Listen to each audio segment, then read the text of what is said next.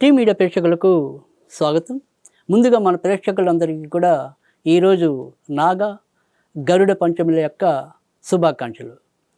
ఈరోజు మరి దినఫలాల కార్యక్రమంలో పంచమి తిథి తెల్లవారుజామున 3:14 వరకు, అంటే తెల్లవారితే 10వ తారీఖు, ఆ పైన షష్ఠి. ఇక హస్తా నక్షత్రం కూడా అర్ధరాత్రి 2:44 వరకు, ఆపై చిత్తా నక్షత్రం. ఇప్పుడు మరి ద్వాదశ రాశుల యొక్క ఫలితాల్లో ముందుగా మనం మేషరాశి యొక్క ఫలితాల గురించి తెలుసుకుందాం. మేషరాశి వారికి ఈ రోజంతా కూడా ఎక్కువ శాతం ఉత్సాహం, తర్వాత ఏ పని తలపెట్టినా అందులో కార్యసాఫల్యం కలిసి రావటం అనేది ఉంటుంది. గొంతుకు సంబంధించినవి కానీ, కపానికి సంబంధించినవి కానీ, చిన్న చిన్న అనారోగ్య సమస్యలు ఉన్నప్పటికీ కూడా మిగతా అన్ని విషయాల్లో కూడా చక్కటి పురోభివృద్ధి సాధించడం అనేది ఉంటుంది.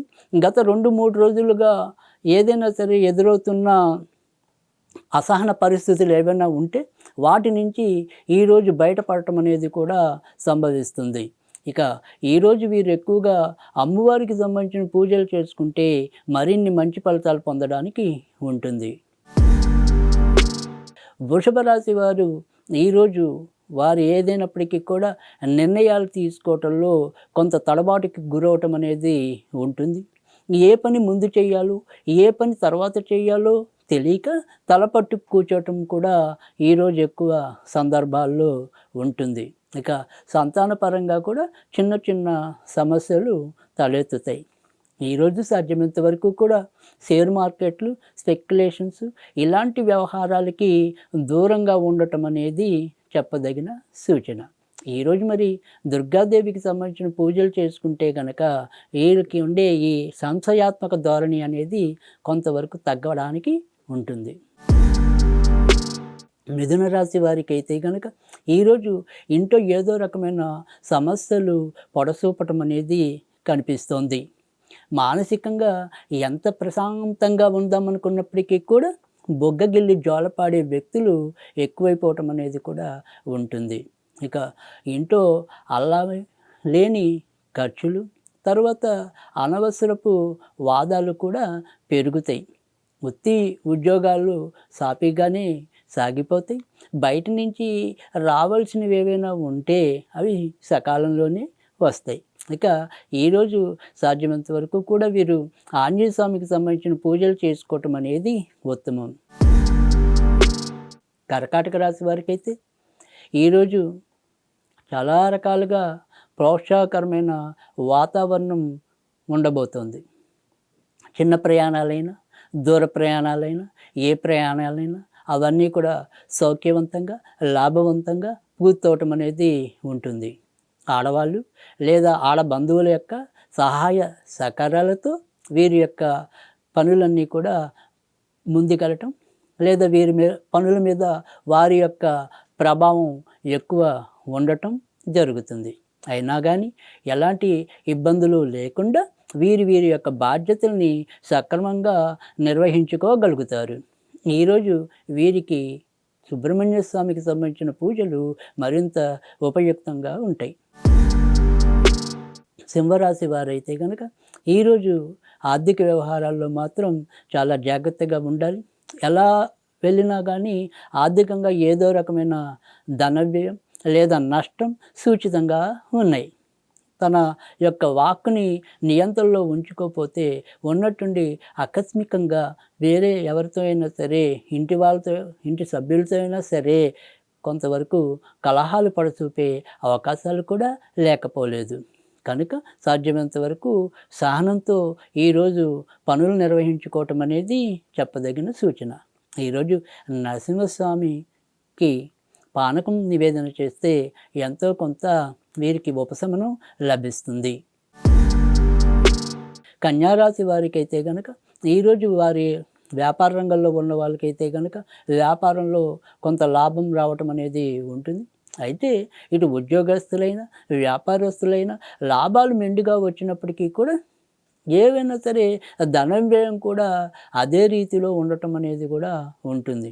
అయినా కానీ చక్కగా వీరి వీరి యొక్క పనులు పురోభివృద్ధిలోకి రావటం అనేది ఉంటుంది. ఇక ఏదైనా సరే కోర్టు సంబంధించిన వ్యవహారాలు ఉన్నాయా? లేదా దూర ప్రయాణాలకి వెళ్ళవలసిన విధానం ఉందా?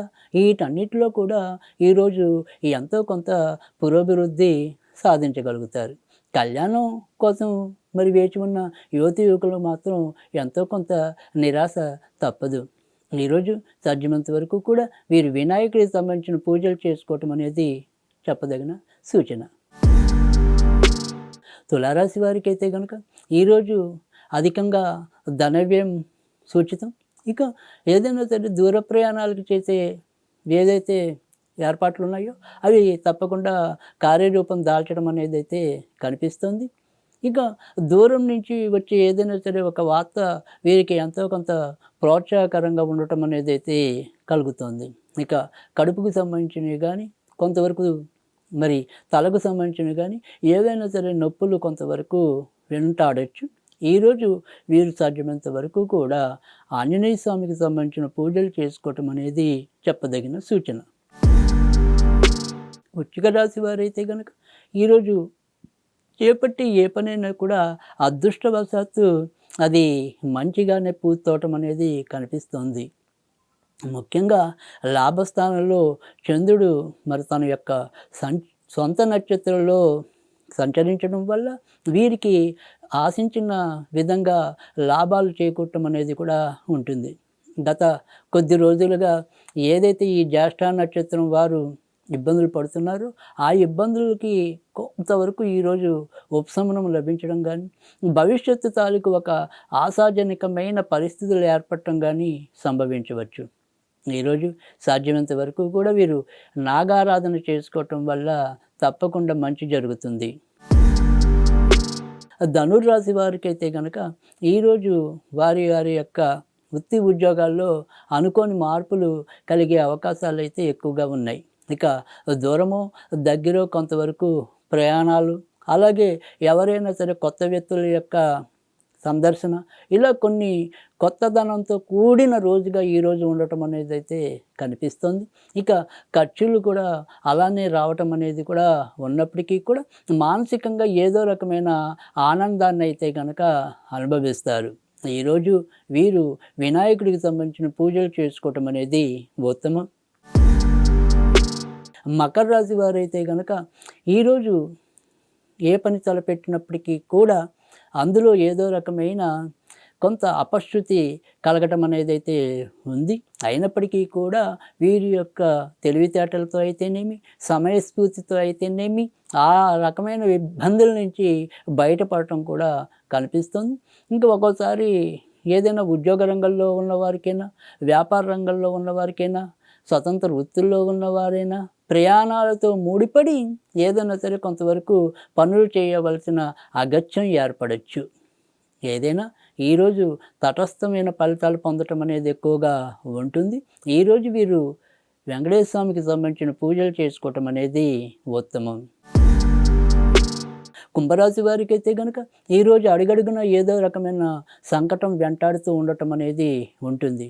ఒకవేళ అన్నీ బాగున్నాయి అనుకుంటే కనుక వీరిలోనే ఏదో రకమైన అసౌకర్యం, అనారోగ్యం వెంటాడచ్చు.